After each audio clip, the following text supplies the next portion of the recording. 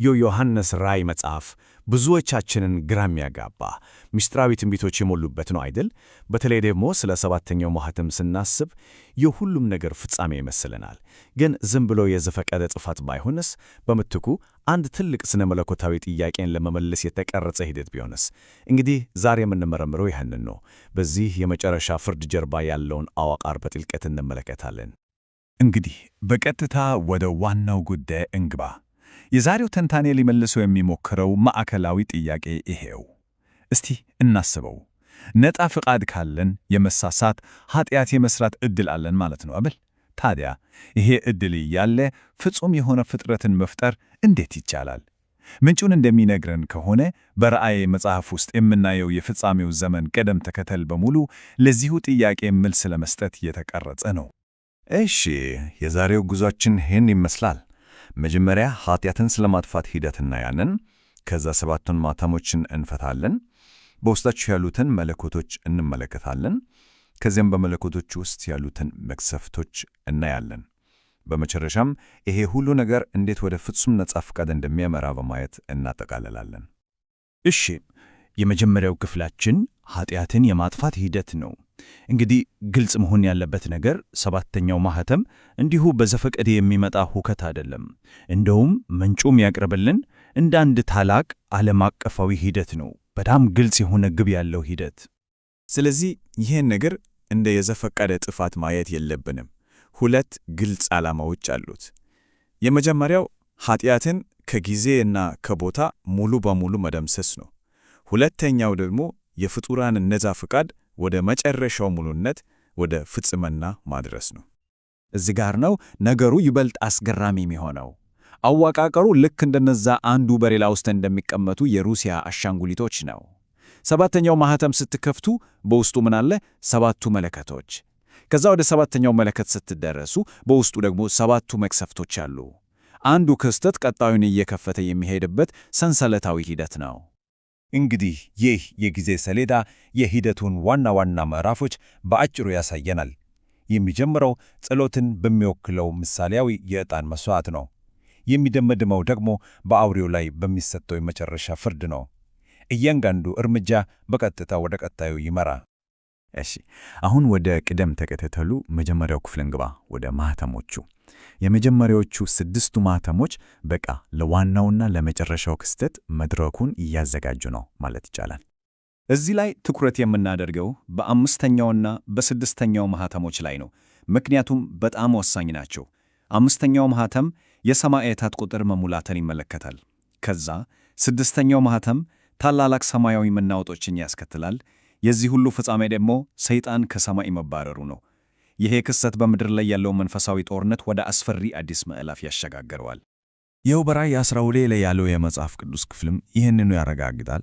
በሰማይ ስለነበረው ጦርነት እና ታላቁ ዘንዶ ሰይጣን ወደ ምድር ስለመጣሉ ይገልጻል። በምድር ላይ ለሚመጣው ታላቅ መከራ መንስኤ የሚሆነውም ይኸው ክስተት ነው።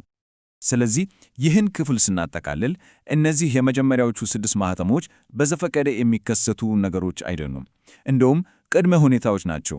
ለመጨረሻው ድርጊት መድረኩን እያመቻቹ ነው። ሁሉም ነገር ወደ አንድ ወሳኝ ነጥብ እየተሰባሰበ ነው። ይህን የሰባተኛው ማኅተም መከፈት ነው። እሺ፣ አሁን አንድ ነብርበር ወደ ውስጥ ገባን። ቅድም ያልነውን የአሻንጉሊት አወቃቀር እናስታውስ። ሰባተኛው ማኅተም ሲከፈት ቀጣዩን የክስተቶች ሰንሰለት ይገልጣል። እነዚህም ሰባቱ መለከቶች ናቸው። ነገር ግን የመለከት ፍርዶቹ ከመጀመራቸው በፊት አንድ በጣም ወሳኝ ነገር ይፈጸማል። ይህም የዕጣን መሥዋዕት ይባላል። ምንጩ እንደሚገልጸው ይሄ ምሳሌያዊ ድርጊት ነው። የቅዱሳን ጸሎቶች በሙሉ ተሰብስበው ለእግዚአብሔር የሚቀርቡበት፣ ልክ ፍርዱ ከመምጣቱ በፊት የሚደረግ የመጨረሻ ዝግጅት ማለት ነው። ይህ ከራእይ 8 የተወሰደው ክፍልም ለዚህ ክስተት መሠረት ነው። የቅዱሳን ጸሎት ከዕጣኑ ጋር እንዴት ወደ እግዚአብሔር ፊት እንደሚደርስ ያሳያል። እና ወዲያውኑ ከዚህ በኋላ ነው የመለከት ፍርዶች የሚጀምሩት። እንግዲህ የመለከት ፍርዶቹ በክብደት በጣም እየጨመሩ ይሄዳሉ። በተለይ የመጨረሻዎቹ 3ቱ ማለትም አምስተኛው፣ ስድስተኛውና ሰባተኛው መለከቶች በጣም ከባድ ከመሆናቸው የተነሳ 3ቱ ወዮታዎች ተብለው ይጠራሉ። ይህ ስያሜ ብቻውን እንኳ የፍርዱ መጠን ምን ያህል የጨመረ እንደሚሄድ ይነግረናል። እንግዲህ የአሻንጉሊቱ የመጨረሻ ንብርብር ላይ ደርሰናል። ሰባተኛው መለከት ሲነፋ የመጨረሻዎቹን 7 መቅሰፍቶች ይለቃል። ይሄ የፍርዱ የመጨረሻውና ከሁሉም የበለጠ ከባዱ ምዕራፍ ነው። ይሄ ግንኙነቱን በጣም ግልጽ ያደረገዋል። ሰባተኛው መለከት እንዲሁ አንድ ነጠላ ክስተት አይደለም። እሱ ራሱ ሦስተኛው ወዮታ ነው። በውስጡም 7ቱንም የመጨረሻ መቅሰፍቶች ይዟል። እነዚህ ናቸው እንግዲህ የመጨረሻዎቹ መቅሰፍቶች። እንደምንመለከተው ፍርዱ በቀጥታ ያነጣጠረው በተፈጥሮ ሥርዓት ላይ ነው። ባህሮች፣ ወንዞች፣ ፀሐይ እና በአውሬው መንግሥት ላይ። ይህ በኃጢአት ሥር መሠረት ላይ የሚደረግ የመጨረሻው ጥቃት ነው ማለት እንችላለን። እሺ፣ ታዲያ የነዚህ ሁሉ ከባድ ፍርዶች የመጨረሻ ግብ ምንድን ነው? ምንጩ ይህንን ማስተሰረይ ብሎ ነው የሚጠራው። አጠቃላይ የማንጻት ሂደት 2 ገጽታዎች አሉት። አንደኛው በሰማይ ያለውን መቅደስ ከኃጢአት ክስ ማጽዳት ነው። ሌላኛው ደግሞ የኃጢአት ምንጭ የሆነውን ሲኦልን ማስወገድ ነው። እንግዲህ ከፍርዱ አፈጻጸምና አወቃቀር ወጥተን አሁን ወደ መጨረሻውና ወደ ዋናው ዓላማ እንሸጋገር። የዚህ ሁሉ ሂደት የመጨረሻ ግቡ ምንድን ነው? ይሄ ጥቅስ የሁሉንም ነገር መደምደሚያ ለመረዳት ቁልፍ ነው። ምንጩ እንደሚለው የፍቅር የመጨረሻ መለኪያ ነፍስን አሳልፎ መስጠት ነው። ሰማያታቱ ይህንን ከፍተኛ መስፈርት ሲያሟሉ የእግዚአብሔር የፍቅር ትእዛዝ ማይቻል ሕልም ሳይሆን ፍትሐዊና ሊዳረስበት የሚችል መሆኑን በተግባር ያረጋግጣሉ። ዋናው ነጥብ የሆነ የሰማዕታቱ መሥዋዕትነት የእግዚአብሔር የፍቅር ሕግ ፍትሐዊ መሆኑን በተጨባጭ ያረጋግጣል። ይህም በፍጡራን አእምሮ ውስጥ ስለ እግዚአብሔር ጽድቅ ሊኖር የሚችለውን ማንኛውንም ጥርጣሬ እስከ መጨረሻው ያጠፋል። ስለዚህ የዚህ ሁሉ ሂደት የመጨረሻ ውጤቶች በጣም ታላቅ ናቸው። በእግዚአብሔር ላይ ያሉ ጥርጣሬዎች በሙሉ ይጠፋሉ። ፍቅሩና ፍትሑ እውነት መሆናቸው ይረጋገጣል። ኃጢአት የመፈጠር ዕድሉ ራሱ ሙሉ በሙሉ ይወገዳል።